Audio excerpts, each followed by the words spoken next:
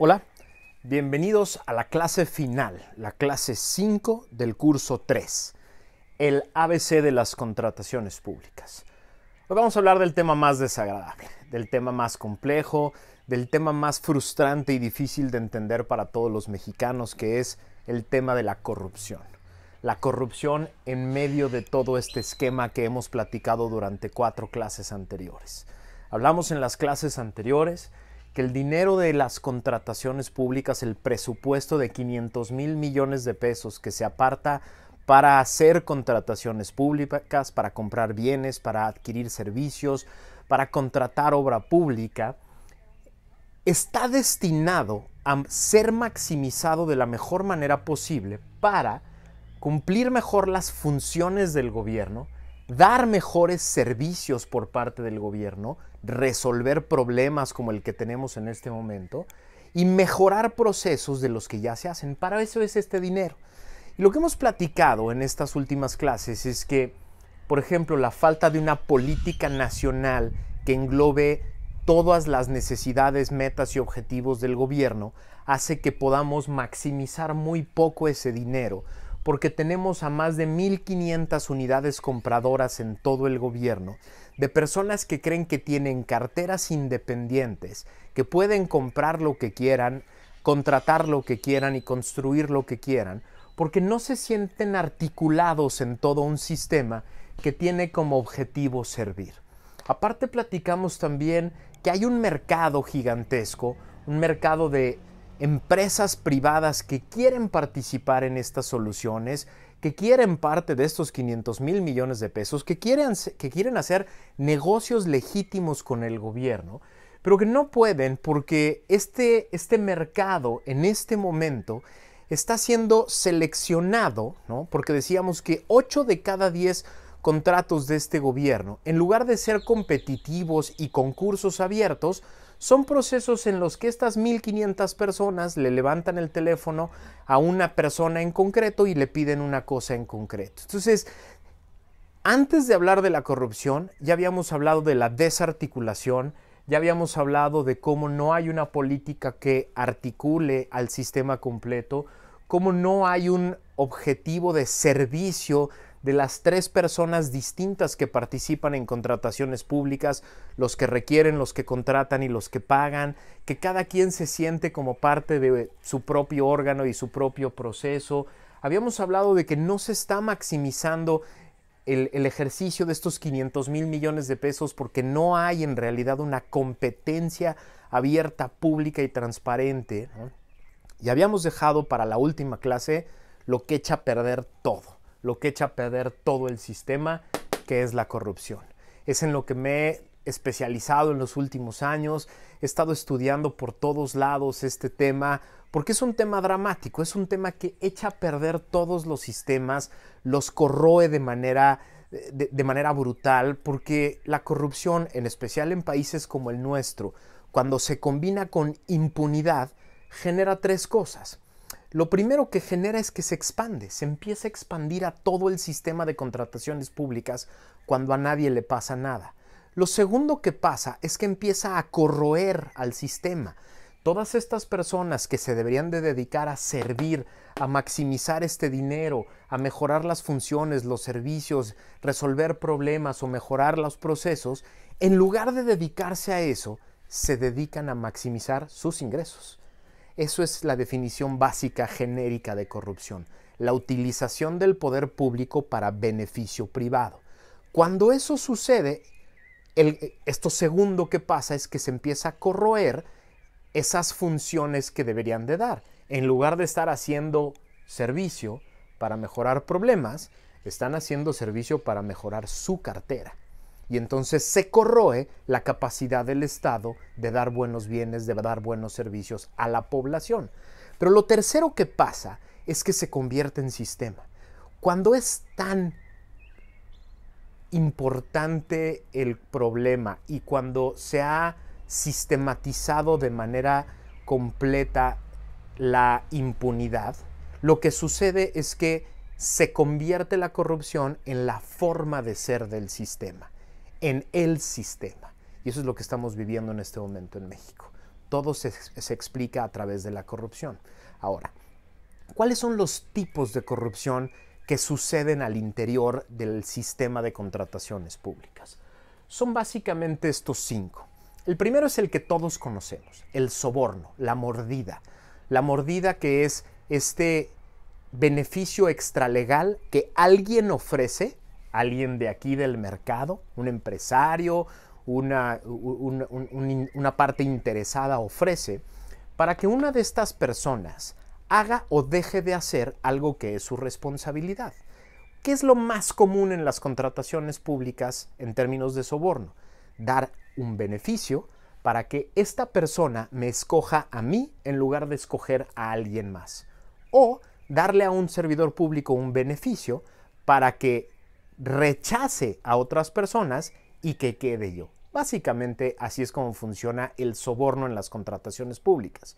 Ojo, el beneficio puede ser algo tan burdo como una maletita con dinero o un fajo de billetes, o algo tan complicado como darle trabajo a un hijo en un país, en un lugar diferente, muy alejado, ¿no? Con beneficios importantes, ¿no? Puede ser sofisticadísimo el premio. El premio puede ser hoy o puede ser dentro de 2 años para que no se dé cuenta, para que no se dé cuenta nadie. Puede ser en bienes, puede ser en patrimonio, puede ser a través de empresas fantasmas.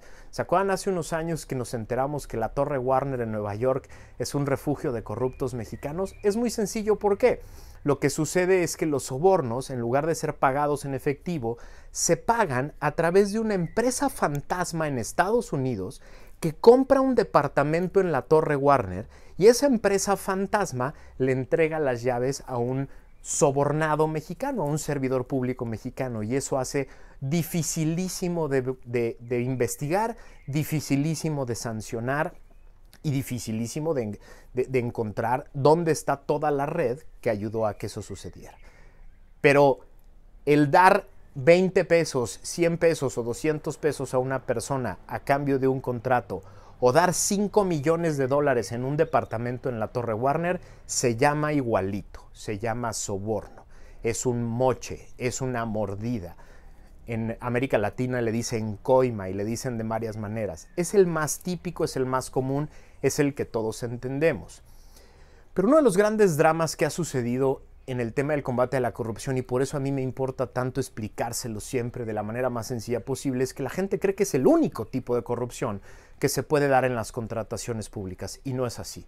Hay por lo menos otros 4 que están tipificados en la Ley General de Responsabilidades Administrativas y en el Código Penal que les quiero explicar.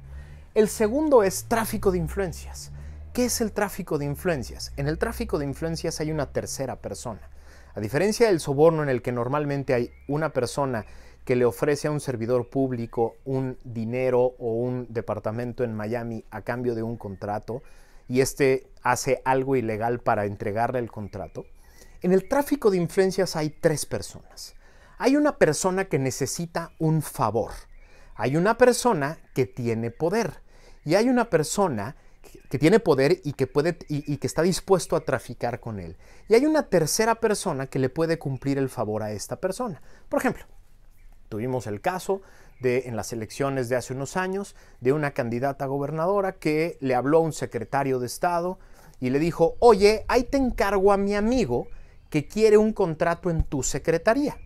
Ella no tenía la capacidad y la facultad de resolverle el problema directamente al amigo, de entregarle el contrato. Pero tenía un conecte, que era el secretario de Estado, que sí podía otorgarle un contrato. ¿Qué es lo que sucedió? Le habla, él con su ella tiene la influencia, le habla, la mueve y este le resuelve el problema a esta tercera persona. Eso es tráfico de influencia. Mover la influencia que tengo para que alguien resuelva un problema de una tercera persona. Puede ser a cambio de algo o no. Lo importante es que alguien esté dispuesto a mover su influencia para que alguien más le haga un favor a una tercera persona. Básicamente eso es el tráfico de influencias, y eso es el que usamos de manera común todos los días. A veces con una simple llamada al amigo que es amigo del delegado, que quiere mover una cosa para un trámite que me sirve, etcétera, ¿no? Y que consideramos muy normal. Bueno, es una falta administrativa grave y puede ser un delito muy importante. Es muy difícil de comprobar porque normalmente se da a través de llamadas, se da a través de una reunión privada, en un café o en una bonita playa en la que una persona con influencia le dice a otra: oye, te encargo a mi amigo, te encargo a mi compadre, ayúdale a esta persona a obtener un contrato. Uno de los esquemas más grandes de corrupción que tuvimos en este país, que tuvo que ver con la Casa Blanca y el Tren México-Querétaro, era eso, era puro tráfico de influencia. Era el presidente de la República diciéndole a todos sus amigos: este señor de apellido Hinojosa es mi gran amigo, es mi brother, es mi cuate del alma. No tenía que decir nada más. Eso generaba que las personas encargadas de asignar contratos entendieran que esa persona era privilegiado en procesos de contratación pública. Eso es tráfico de influencias. Normalmente hay 3 personas involucradas. Tercer tipo, el desvío de recursos, la estafa maestra. Otra vez, contrataciones públicas en el centro. ¿Qué es la estafa maestra? Bueno, hay una parte en la ley de adquisiciones que le permite al gobierno contratar de manera directa cuando se hace a través de instituciones de educación pública. A algún genio se le ocurrió que podíamos tener un esquema parecido al que hay en Estados Unidos, de que el gobierno da dinero a las instituciones públicas para hacer estudios y para promover, y esto era un dinero muy interesante para algunas instituciones de educación superior, eran recursos federales frescos que llegaban para hacer estudios. Pero a otro genio se le ocurrió que por esa vía se podía desviar recursos de la ley y desviar la posibilidad de hacer competencias. Llegaban con una institución de educación pública y le decían: no quiero hacer una licitación, cómprame los desayunos escolares. Tú, Universidad del Estado de México, tú compra las cosas que necesito para el programa de alimentación de menores, para que yo no tenga que hacer licitaciones. Te contrato de manera directa a ti, te doy el dinero a ti, tú te quedas con una parte y haces como que compras cosas. ¿Qué pasaba? Que las universidades tomaban el dinero, contrataban a empresas que les pedía la secretaria que contrataran, empresas que no existían, empresas que solo se quedaban con el dinero y eran solo vehículos para desviar el recurso vía las contrataciones públicas. Un esquema brutal que se dio en diferentes secretarías, en diferentes organismos que, utilizando a universidades públicas para no hacer licitación, desviaban los recursos hacia afuera. Entonces, desvío de recursos es otro esquema muy importante de corrupción en las contrataciones públicas. El cuarto es colusión. ¿Qué es la colusión? La colusión es cuando varias empresas privadas en el mercado se ponen de acuerdo con el gobierno. La colusión en contrataciones públicas es cuando se ponen de acuerdo con el gobierno para generar un grupo de empresas que van a acaparar un mercado de manera secreta y que además le pueden generar al Estado un daño patrimonial. Y así está en la Ley General de Responsabilidades. Es decir, empresas que tratan de monopolizar un mercado o un proceso de contratación pública, quitándose a la competencia de encima de manera desleal y secreta, pero que además le generan un daño al erario. ¿Cómo? Subiendo los precios. Como no hay competencia, ellos pueden poner el precio que quieran, ellos pueden generar el valor que quieran del bien que el gobierno quiere comprar y por lo tanto le generan un daño al erario. ¿Por qué? Porque si hubiera habido una competencia pública y abierta, el bien costaría mucho menos y habría diferentes oferentes que le generarían al gobierno alternativas para comprar mejor y más barato. Por eso la colusión en contrataciones públicas como un caso de responsabilidad administrativa grave es un acto de corrupción que se distingue de la colusión que lleva la COFECE, que son simplemente prácticas anticompetitivas que afectan al mercado, pero que no afectan de manera directa el erario. Ahora, vámonos a la última, que es la utilización de información privilegiada. Este es otro tipo que pusimos en la Ley General de Responsabilidad, que es importantísimo. Es muy común en este país que gente del mercado con relaciones directas con el poder público se enteren de información privilegiada de proyectos que llegan o que van a llegar a cierto lugar. Por ejemplo, hubo unos niños de apellido Montiel que se enteraron, quién sabe cómo, que Metepec se iba a convertir en un centro gigantesco de desarrollo del municipio de Toluca. unos genios de la visión de negocios. ¿Y qué hicieron? Hicieron conglomerados con esa información privilegiada que tenían en sus manos.